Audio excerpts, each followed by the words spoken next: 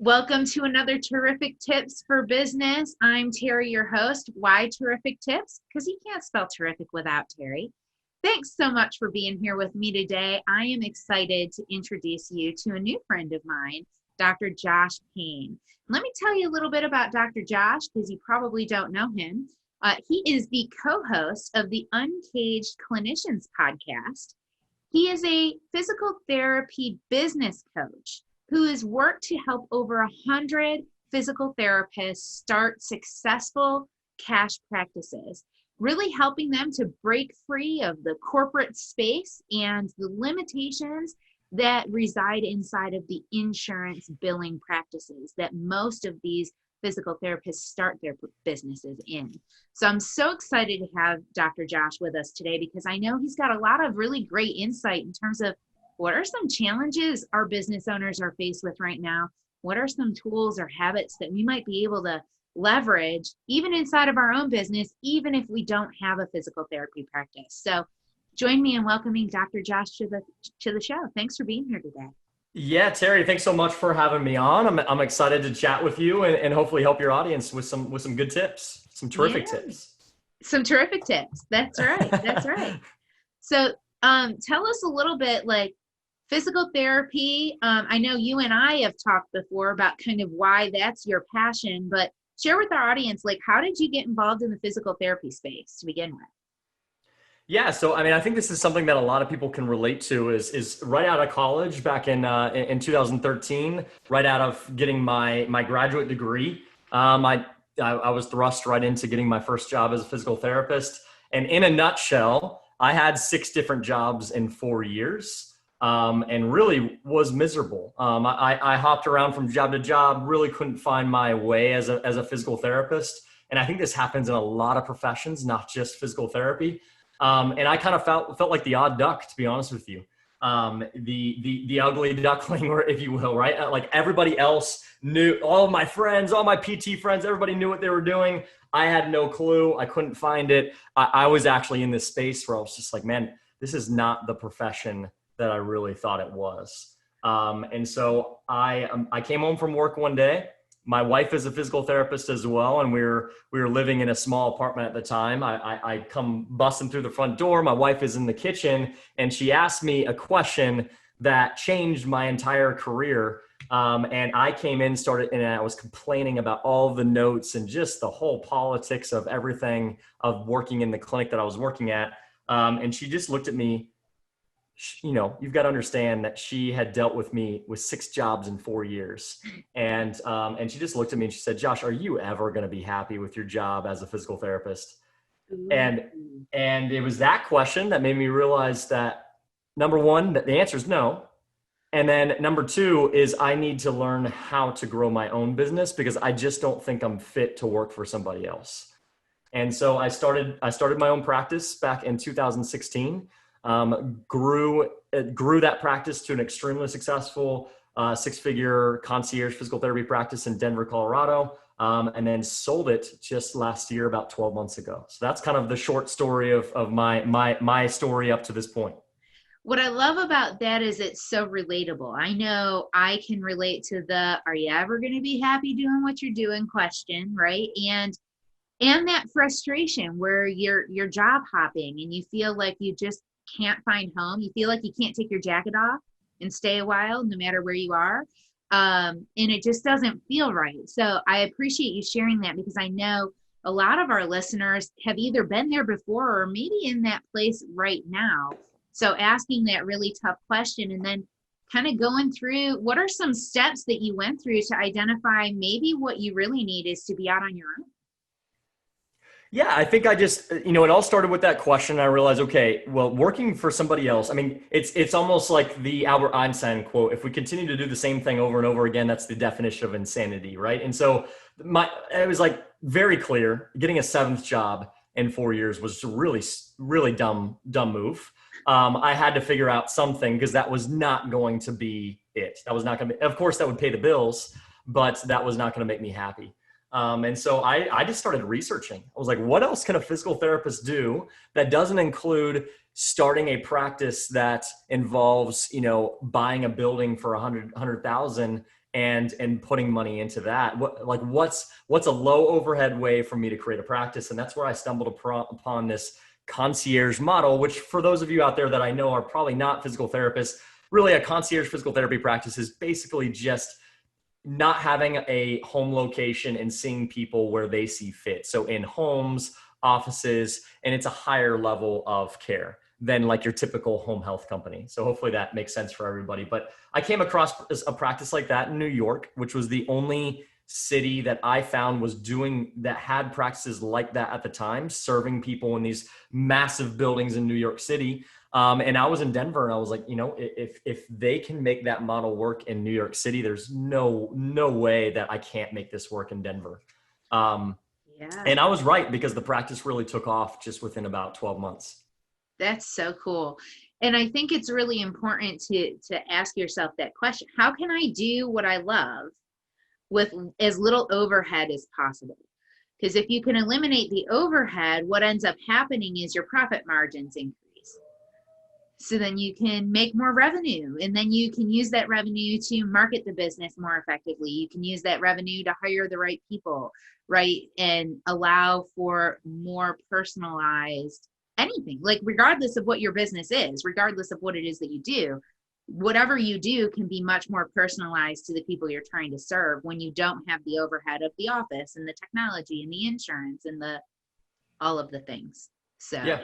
And I think something else to take away from that for that with business owners is, I think we're always all inclined to always, oh my gosh, I got to come up with the next big thing, like the next big idea. And really all I did was just say, okay, they're doing that. Why don't I just model that and make it work here?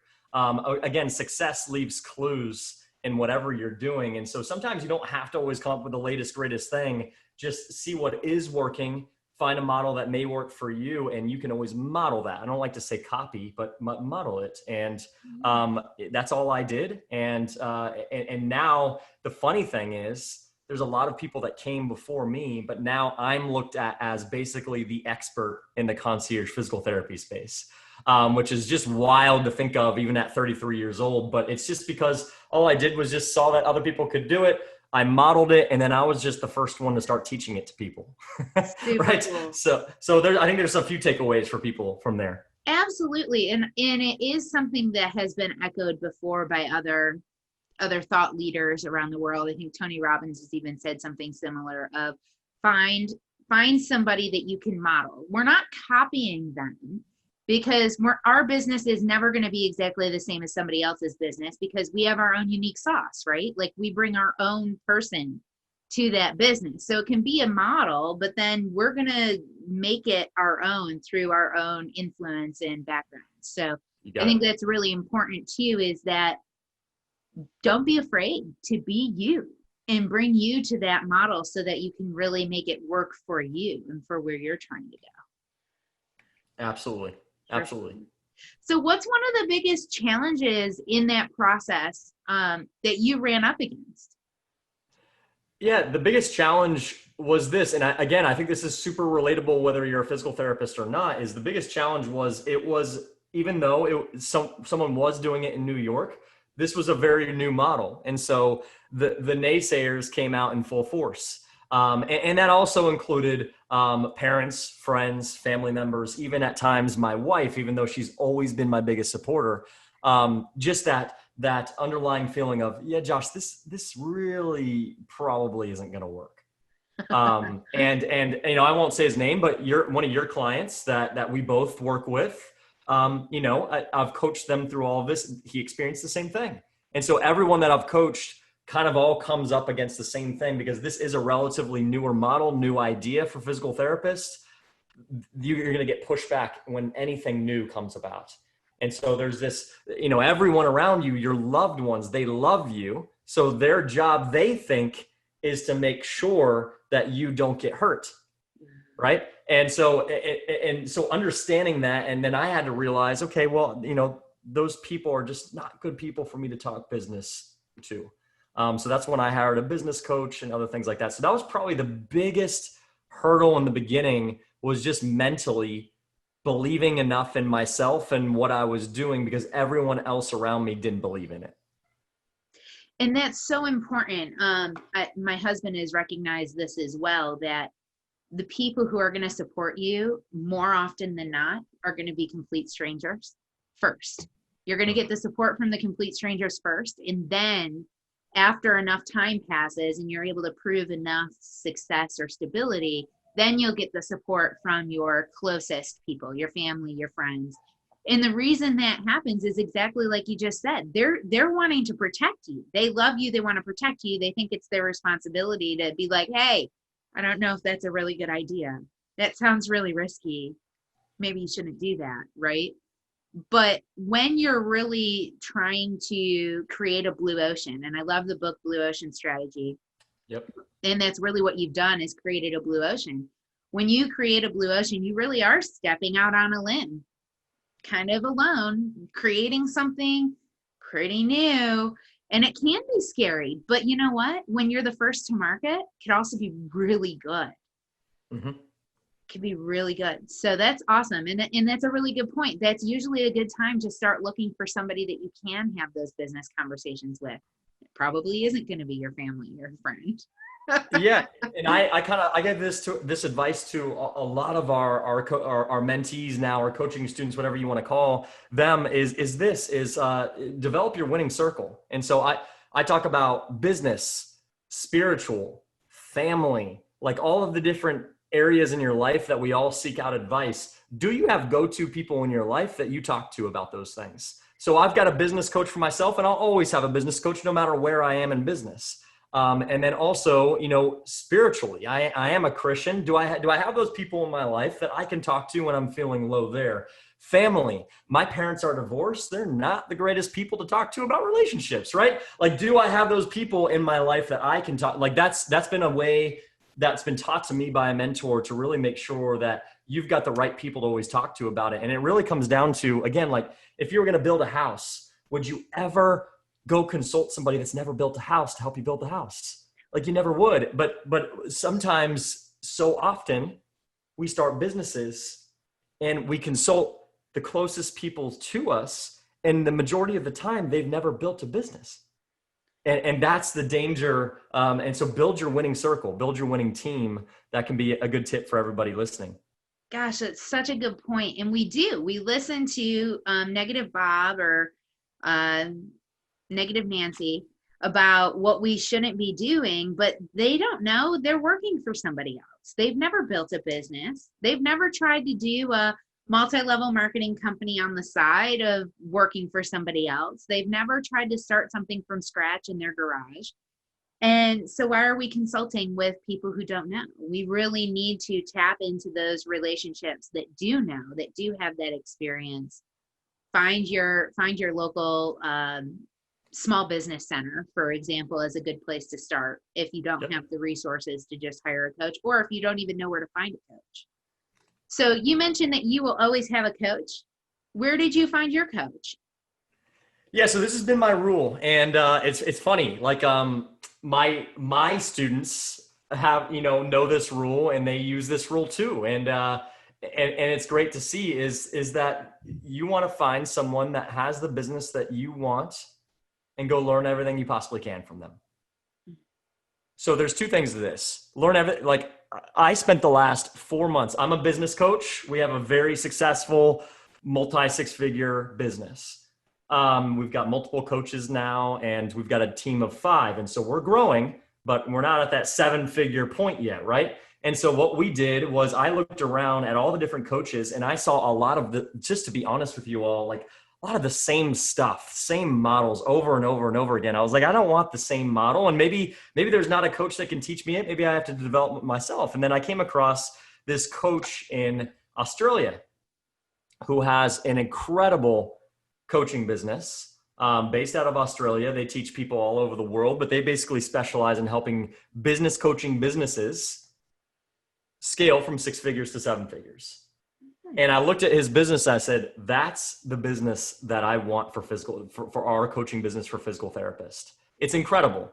They've got a family really, and it's got a family approach. I mean, it's very close knit, and that's what we've been wanting to create. Where, to be honest with you, in the coaching space, for any of you that are not fully familiar with that, I feel like the majority of the time the models just benefit the coach much more than the actual mentee, and that's not what we wanted to build. And so we went all the way to Australia. And I get on night calls to get on, calls with them in Australia. And it's been amazing. And it's all operating off of that one rule. Is it took me 4 months to find the right coach that had the type of business that I actually wanted to learn. And so that's number one is that. And then number two is when you have a coach, whether it's a paid coach or whether it's a free coach. By the way, you can get mentored by people without paying sometimes as well. I think it's a better relationship when you pay, to be honest with you. But make sure that your coach is leading you, but make sure that they are not the one making all of the decisions for you. They should lead you. A coach's job is to lead you. If you're on the basketball, I'm a basketball guy. I know there's a lot of women that listen to this podcast, but I'm going to use a sport example here for basketball. Hopefully we got some basketball fans in here.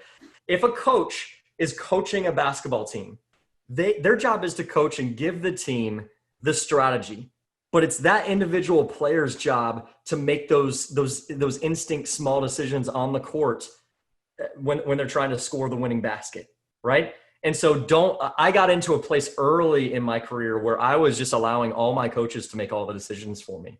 And then when I left that coach, I realized, oh my gosh, I don't have decision-making power. I don't know how to make decisions for myself. Ooh. So that's something to understand is I think everyone should have a coach or a mentor in some way, someone that's above you and knows the path better than you do. But just be careful that you're still making the decisions and that they're leading you, but they're not deciding every move for you. That is a critical piece, right? Because we don't ever want to feel powerless inside of our own business. You're in business for yourself, but you're not in business by yourself. And the coach is there to help you feel like you're not alone, but they're not there to make the decisions for you. And if you have somebody who's making the decisions for you, running your business, you're not running your own business. And it's time to reevaluate maybe that relationship. Got it. Yeah, for sure. That's such a good tip because that happens to a lot of small business owners. They get into, and it's part of it is if we come from being an employee at any point in our life, that employee residual mindset kind of stays with us. Just about to talk about that. Yep. Yeah. Yep. So what's something that you did to kind of shake off that employee mindset to get you to be a business owner? Yeah, so it's a full identity shift. And that's what I would suggest to everyone listening is it's a full identity shift. Like when somebody asks me what I do now, I'm not a physical therapist anymore. I don't tell them, oh, I'm a physical therapist. That's an employee mindset. I tell them I'm the owner of the Mobile Concierge Coaching Academy, or I'm the owner of the Uncaged Clinician Academy. That's what I am now. I'm the owner. I'm the CEO. I don't like to say CEO, but some people love saying the term CEO. If that works for you, great, right? But making an identity shift from what you were before to what you are now, and that simply just comes from that one little label that we tell people what we are when people ask, "What do you do?" You're no longer just an accountant. If you own your own business, you're the owner of Terry Watkins Accounting, right? You're no longer just an accountant. So that would be the number one first step that I would say for me that was really important to understand that I'm not just a physical therapist anymore. I'm an owner of a company and I better start thinking and acting like that. So what you're saying is the words that we use to describe ourselves matters? Yeah, big time. Absolutely they do. It's amazing how that works because the words that we use matter in a lot of ways, not just like for ourselves, but how other people perceive and interact with us as well. You got it. There's so much to be said there. This could be an entire podcast in itself. And I nerd out on this type of psychological thing, but think about this. Like if you are telling somebody that you're an accountant, just using that example, they are going to look at you like that. And so if you are actually the owner of a business and you're like, oh, I'm an accountant, that immediately, like like you may have decreased confidence in yourself and they're probably going to have decreased confidence in you as well. It's crazy how that works. And then just making that one shift of kind of, lifting yourself up a little bit, being proud of what you've done, not being too proud. There's like a fine line, and being, hey, I'm the owner of this company. Like just saying that can do so much for your confidence, your self-esteem, and just how you carry yourself as well. So yeah, words definitely matter. Yeah. I think that also because you touched on that value component, right? So from the psychological perspective, since we both like to kind of geek out about this stuff, it's fun. We can geek out about it for a minute. Yeah, for sure. The psychological piece about the value, not only does the word empower you to have more value with the person that you're talking to, but when you give yourself that boost in confidence, you become worth more instead of worth less, right? It's easier to be devalued when you're just an accountant. But when you're a business owner, you're somebody I want to know, right? Now all of a sudden you have this magnetism. So now you're worth more. You got it. And I'll be vulnerable for a second and share this for everyone. Is my students usually are always shocked when they hear this. 5 years ago, when I started my first company, Freedom Physical Therapy in Denver, I was painfully shy. I can't see it now, but I know most people can't. There's a reason for this. Is my confidence in my self-esteem was just very poor. And it's funny now that I've achieved some success. Is I had a classmate. She reached out to me. She was a good friend of mine in grad school, and she reached out to me and she said, honestly, Josh, I didn't know how to take this at first. She sent me a message on Facebook and it just said, I just never thought that little quiet Josh would be the most successful person in our class. And it really made me realize business, I love business because I think it's like a personal development journey as well. And I turned into more of the person that I wanted to be, but in school got ladies and guys that are listening to this podcast, I'm not good at school. I was terrible at school. I graduated in the bottom 5% of my class, but I still got my doctorate. Right. And I was just not good in school. So my self-esteem around everyone else was just so poor. And then when I came out as a physical therapist and I was always being told what to do, honestly, that self-esteem and the confidence really got worse. And it wasn't until I owned my own business where I started to be more excited and proud of what I was doing and started to shift how I looked at myself and was more excited about what I was doing. That's when my confidence started to grow, and then making those identity shifts along the way and saying, who is the person that I need to become in business to be the successful business owner that I want to be? And then basically my only rule was, okay, if that's who I want to become, I don't want to be this shy version of Josh anymore, then I'm just going to take small steps every single day with my interactions with other people to become more of that person. Now, this does not mean that I was trying to be someone that I wasn't. I was just striving to be someone that I already wanted to be in the first place, right? And that I always knew I could be. I just was in my little shell, and it honestly took business to start coming out of that shell. That's such a fantastic story because I think people in general struggle a lot with that. We struggle with self-identity. We struggle with finding our own happy, and we struggle with finding confidence in the things that we do. And so hearing somebody else's story with how they recognized that they weren't who they wanted to be, they recognized who they were, who they wanted to be, and then to be that person means to be this and means to do this and means to do this. And it gave you the steps that you needed to become the person that you knew that you could be, you knew that you wanted to be. And I think that's so important because it isn't like an overnight switch. It's not like you went from being this shy, quiet guy yesterday and now today you're like this outgoing, energetic, I am very energetic and outgoing. It's always been there, but you put me in a large wedding or a large party, I'm the guy on the side having a deep conversation one-on-one with somebody. I am not the dude, life of the party, not at all. I like one-on-one conversations with people just like this. But if I'm in a group of 20, I'm not going to be the super loud guy like talking. I'm just going to be talking with somebody one-on-one. So it's still, the introverted side is still there. I just tell people now that I'm an extroverted introvert. Yeah. And I went the other way. Like I was the chatterbox when I was a child. That's what I was told. I was a chatterbox and I was bossy.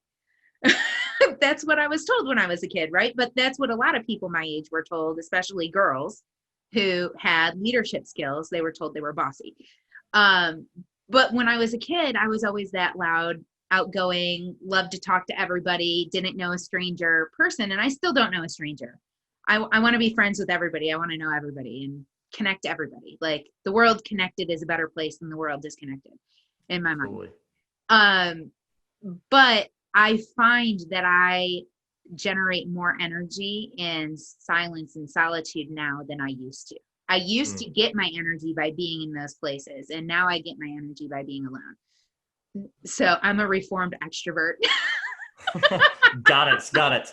And actually, I mean, again, there's another takeaway there for anyone listening to this. If you can relate to anything that we just said, is that understanding what you are and how you get your energy is really, really important. I get energy when I have conversations just like this, but at the same time, every morning, we live near a lake here. I go and sit by the lake for about 30 minutes in complete silence. That's how I get my energy tank for the day.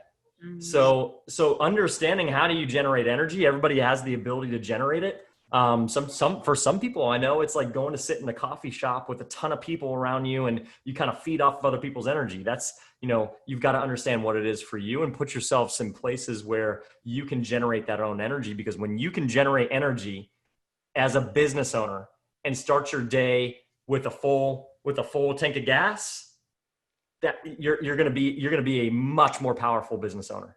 Absolutely. We can't, and I've talked to a couple of people about this, but this is such a great line. We cannot serve from overwhelm.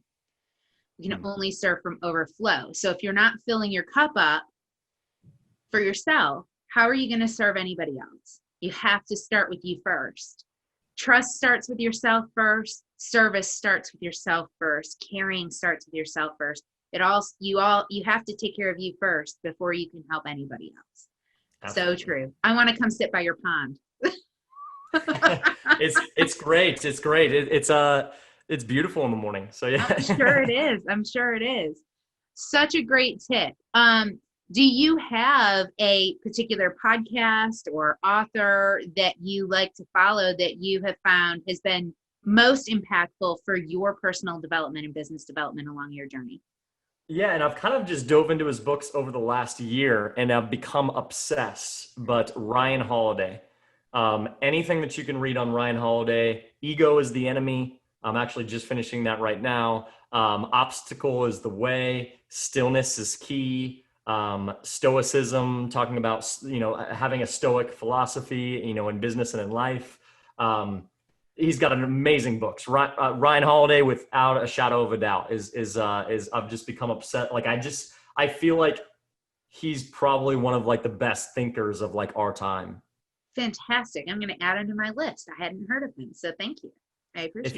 If you like very deep, very thought out books, then read his books.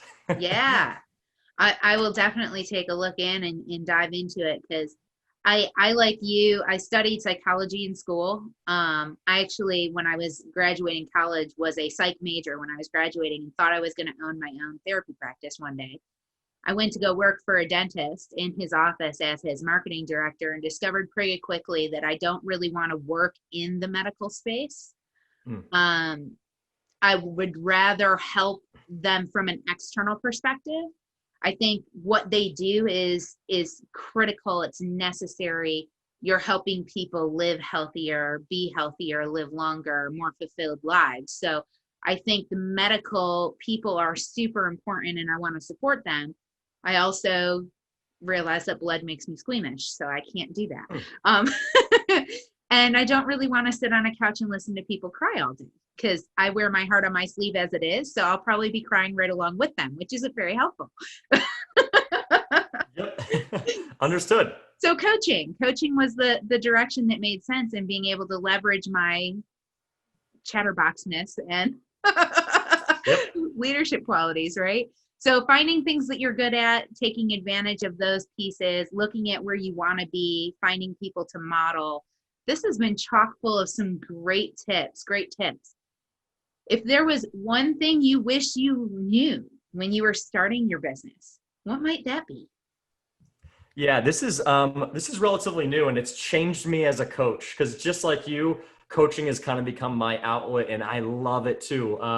But this is what I've been sharing with all of our business owners is um, finally understanding the importance of slowing down in business in order to get ahead. Um, I am a very, and I think a lot of entrepreneurs have the same personality, but some are different. Is I'm a very hard charging. I mean, I can work, and I can work myself into the ground if I want to as well.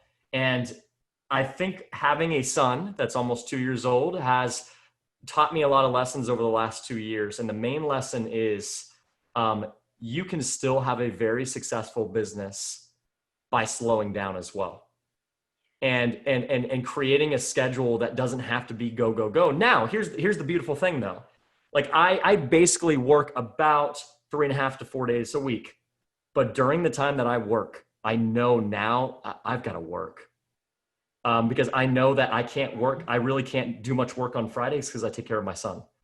And so, Monday through Thursday, like when I've got my time, which is typically from about 10 a.m. to 5/6, so around there from Monday through Thursday, I've got to put in the work for my business to keep it driving forward. But I think that one tip of sometimes if you're feeling overwhelmed, if you're feeling stressed, slowing down, taking a step back can actually be key to taking 2 steps forward in your business.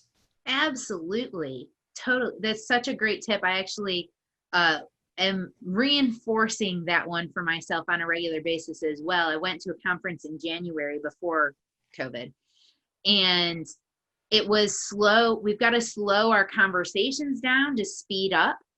It was a sales expo summit that I had gone to, and it was all about slowing down the conversation of the sales call and getting a connection, Mm. because when you have that connection, you can actually speed up the sales cycle instead of trying to power right through into the sales. And so Yeah. I thought that was really interesting. It's just being reinforced all year for me. Slow down so that you can speed up. Yeah, and if I can add something to this, again, another thing that I've really learned over the last few months, especially during these COVID times and coronavirus times, is the fact that business is really about 10% tactical, 90% mental. Mm. But we all think it's the opposite. Most of us think it's 90% tactical, 10% mental, and it's really the opposite. And so if you're not operating at a high level in your business, especially if you're leading a team, it's going to be really, really challenging. And so when you can flip the script and understand, okay, it's really 10% tactical, we can make business a heck of a lot more easy if we just allow ourselves to start looking at business more simplistic. Um, it's about 90% mental. So it's one of our jobs on a regular basis to keep ourselves mentally fresh. And one way that I've really learned over the last few months is just quiet time. I told you guys about the time at the lake in the morning, but even try this. Go for a walk with no headphones, nothing, and just give yourself 45 minutes just to go for a walk.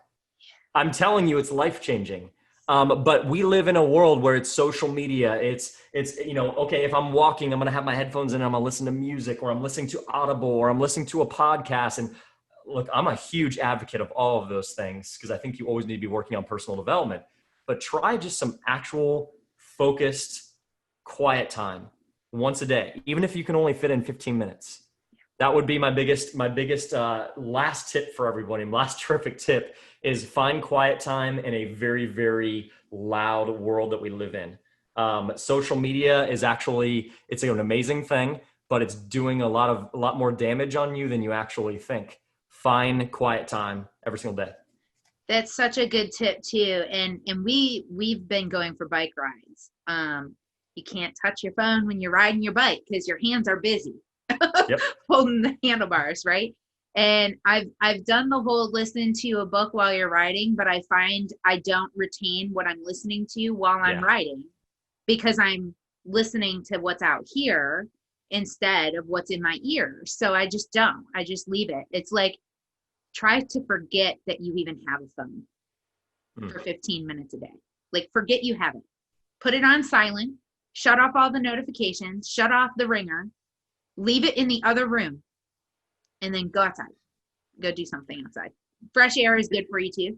The fresh air is definitely a good thing. Yeah, it's great. And here's the thing, like all of the, sorry, one more thing is just You're that good. all of the emails, all of the messages, all of that stuff, like I promise you they're not going anywhere. And like I check my messages a lot less on a regular basis. And yes, I have gotten some messages saying, "Hey, did you get this? Did you get that?" I just respond and I say, "Hey, you know what? I'm limiting my email and my social media time right now. I'm really apologize for getting back to you a little late on this." But and every single person is like, "Man, I totally get that. Good for you." It's cool. Yeah. Right? It's okay. It's Don't totally okay. So do not feel like you have to be every place all the time. I know we live in a very connected world, but in being in a connected world, we actually tend to disconnect more because the connection is so easy. Like there's so much noise to pull our attention that we become very disconnected. And so we do need to give ourselves permission to disconnect. It's okay. Because that's going to actually let us connect better when we do come back. Dr. Josh, this has been so awesome. I know the people listening want to know how to get in touch with you. You're just a wealth of knowledge. This has been a wonderful conversation. What's going to be the best way for them to do that? Where can they connect? Where can they follow? Where can they listen? Yeah, so like I said, I do limit my time on social media, but the best way for you to reach out to me is I also always tell everybody I'm always just a message away. So find me at Josh Payne on Facebook, and just send me a message. I'd love to chat with you. Awesome. Thank you so much, Dr. Josh. I appreciate it today. And for all of you that are listening to this, thanks for tuning in for another episode. We look forward to seeing you next time.